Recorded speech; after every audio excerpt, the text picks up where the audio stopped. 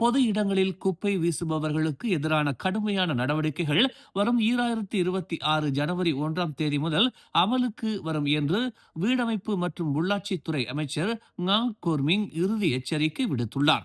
பொது தூய்மை மற்றும் குடிமக்கள் பொறுப்புணர்வை வலுப்படுத்தும் நோக்கில் புதிய சட்டத்தை கடுமையாக அமல்படுத்த அதிகாரிகளுக்கு உத்தரவிடப்பட்டுள்ளதாக அவர் கூறினார்.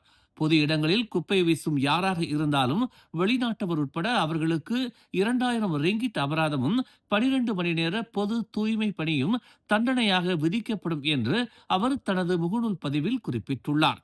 முன்னதாக நகரங்களின் தூய்மை என்பது அரசாங்கம் அல்லது உள்ளாட்சி அமைப்புகளின் பொறுப்பு மட்டுமல்ல, அது பொதுமக்களின் கூட்டு பொறுப்பு என்றும் அவர் வலியுறுத்தியிருந்தார். நகர மையங்கள் மற்றும் பொது இடங்களில் தொடர்ந்து குப்பை வீசப்படுவது குறித்து அவர் வருத்தம் தெரிவித்தார். மலேசியா ஒரு மேம்பட்ட நாடாக மாறிக்கொண்டிருக்கிறது.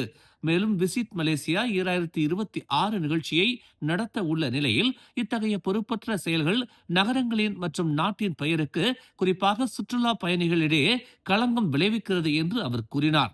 திருவிழாக்கள் மற்றும் பொது நிகழ்வுகளின் போது குப்பைகளை முறையாக அகற்றி சட்டத்தை பின்பற்றி தூய்மையான ஒழுங்கான நகரங்களை உருவாக்க வேண்டும் என்றும் அவர் கேட்டுக்கொண்டார். பெர்லிஸ் மாநிலத்தின் முன்னாள் முதலமைச்சர் ஷுக்ரி ரம்லிக்கு வழங்கிய ஆதரவை பெர்சாத்து கட்சியின் 5 சட்டமன்ற உறுப்பினர்கள் வாபஸ் பெற்ற விவகாரம் பரிகாத்தா நேஷனல் உச்சமன்றத்தில் விவாதிக்கப்பட வேண்டும் என்று பாஸ் கட்சியின் துணைத் தலைவர் துவான் இப்ராஹிம் துவான்மான் கேட்டுக் கொண்டுள்ளார். அந்த 5 பேரின் நடவடிக்கை கூட்டணிக்கு பாதிப்பை விளைவிப்பதாகவும் ஏற்றுக்கொள்ள முடியாததாகவும் இருப்பதாக அவர் கூறினார். பெர்சாத்து பாஸ் கட்சியின் அரசியல் கூட்டாளி என்பதாலும் பெர்லிஸ் மாநிலத்தில் பெரும்பான்மை சட்டமன்ற இடங்களை பாஸ் கட்சி வைத்திருப்பதாலும் இவ்வகை நடவடிக்கைகள் தவறானவை என்று அவர் வலியுறுத்தினார். நிலைத்தன்மையும் ஒற்றுமையும் உறுதியாக இருக்க பெரும்பான்மை இடங்களை வைத்துள்ள கட்சியே பெர்லிஸ் சட்டமன்றத்தை வழிநடத்த வேண்டும் என்று அவர் FMT ஊடகத்துக்கு அளித்த பேட்டியில் தெரிவித்துள்ளார். இதனிடையே பெர்சாத்து கட்சி தலைவர் முகைதீன் யாசின் ஷுக்ரி ரம்லிக்கான ஆதரவை வாபஸ் பெறுமாறு தங்கள் கட்சி எந்த உத்தரவையும் 5 சட்டமன்ற உறுப்பினர்களுக்கு வழங்கவில்லை என்று மறுப்பு தெரிவித்தார். மேலும் பெர்லிஸ் அரசர் அலுவலகத்தின் அறிவுறுத்தலுக்கு பிறகே முதல்வர் பதவிக்கான வேட்பாளர்களின் பெயர்களை பெர்சாத்து கட்சி சமர்ப்பித்ததாகவும் அவர் கூறினார். இந்த விவகாரம் தொடர்பாக உண்மை நிலையை அறிய பெர்லிஸில் உள்ள தனது கட்சியின் சட்டமன்ற உறுப்பினர்களிடமிருந்து விளக்கங்கள் பெறப்படும் என்றும் முகைதீன் யாசின் தெரிவித்துள்ளார். நேற்று புக்கிட் ஜாலியல் அரங்கத்தில் நடைபெற்ற தமிழக நடிகர் விஜயின் ஜனநாயகன் திரைப்படத்தின் இசை வெளியீட்டு விழாவில் நிகழ்ச்சி நடைபெற்றுக் கொண்டிருந்த போதே அதில் கலந்து கொண்ட விஜய் ரசிகர் ஒருவரை போலீசார் கைது செய்த சம்பவம் பரபரப்பை ஏற்படுத்தியுள்ளது. விஜய் கட்சியான தமிழக வெற்றி கழகத்தின் கொடியை சம்பந்தப்பட்ட நபர் நிகழ்வில் உயர்த்தி காட்டியதை அடுத்து உடனடியாக அந்த நபரின் பக்கம் விரைந்த போலீசார் அந்த நபரை அழைத்துச் சென்றனர். நிகழ்ச்சி ஒரு பக்கம் ஓடிக்கொண்டிருக்க போலீசார் அவரை அழைத்துச் சென்றனர். ஏற்கனவே மலேசிய காவல்துறை விஜய் தொடர்பான கட்சி கொடியோ அடையாளங்களோ பயன்படுத்தக்கூடாது என்றும் அது தொடர்பான பேச்சுகளும் இருக்கக்கூடாது என்றும் எச்சரித்திருந்தது குறிப்பிடத்தக்கது. நடிகர் விஜய் நடித்த ஜனநாயகன் படத்திற்கு மிகப்பெரிய அளவில் எதிர்பார்ப்பு உள்ளது. இப்படத்தோடு நடிகர் விஜய் சினிமாவை விட்டே விலக உள்ளதால் நடிகர் விஜய் நடித்த ஜனநாயகன் படத்திற்கு மிகப்பெரிய அளவில் எதிர்பார்ப்பு உள்ளது. இத்திரைப்படம் வரும் ஜனவரி 9 திரையரங்குகளில் வெளியாகவிருக்கிறது.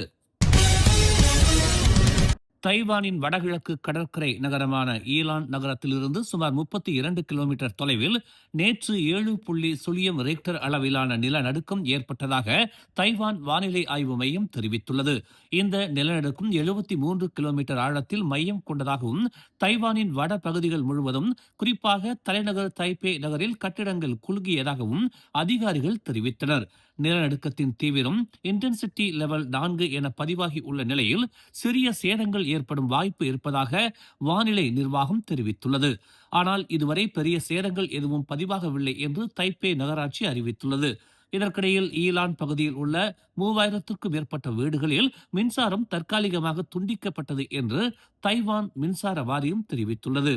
தைவான் 2 டெக்டோனிக் தட்டுகளின் சந்திப்பு பகுதியில் அமைந்துள்ளதால் நிலநடுக்கங்கள் அடிக்கடி ஏற்படும் பகுதியாக கருதப்படுகிறது. கிளந்தான் கோத்தபாருவில் உள்ள பசார் அவாம் மெலூர் பொதுச்சந்தையில் கடந்த வியாழக்கிழமை நடைபெற்ற மோதல் சம்பவம் தொடர்பாக 12 பேரை 4 நாட்கள் போலீஸ் காவலில் வைத்து விசாரணை நடத்த நீதிமன்றம் அனுமதி வழங்கியுள்ளது.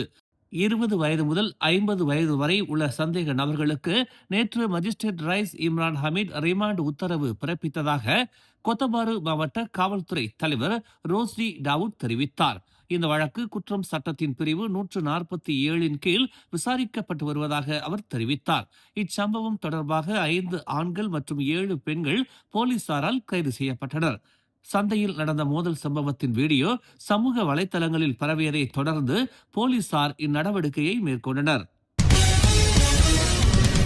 பகாங் மாநிலம் ஜெராண்டுட் பகுதியில் உள்ள கம்போங் பந்தால் சப்ராங் அருகே உலு சுங்காய் காசா பகுதியில் உள்ள ஒரு ரப்பர் தோட்டத்தில் புலி தாக்கியதாக நம்பப்படும் சம்பவத்தில் பசு ஒன்று உயிரிழந்தது. நேற்று காலை 11 மணி அளவில் தோட்டத்திற்கு சென்று மிருகங்களுக்கு உணவு வைக்க சென்றபோது தனது 7 பசுக்களில் ஒன்று காணாமல் போனதை கவனித்ததாக பசுவின் உரிமையாளர் 67 வயது முகமது இசுதீன் காலித் தெரிவித்தார். அதனைத் தொடர்ந்து தேடிய போது அந்த பசு இறந்த நிலையில் கழுத்து இடுப்பு பகுதிகளில் கடுமையான காயங்களும் உடல் முழுவதும் புலியின் நக கீறல்களும் இருப்பதை கண்டதாக அவர் கூறினார். 2014ஆம் ஆண்டு முதல் வளர்த்த அந்த பசு மிகவும் அமைதியானது என்றும் அது கர்ப்பமாக இருந்ததாகவும் குறிப்பிட்ட அவர் இன்னும் சில நாட்களில் கன்று ஈனவிருந்ததாக தெரிவித்தார். அதன் உடலில் ஏற்பட்ட காயங்களை பார்த்தபோது தாம் மிகவும் மனவேதனை அடைந்ததாக அவர் கூறினார்.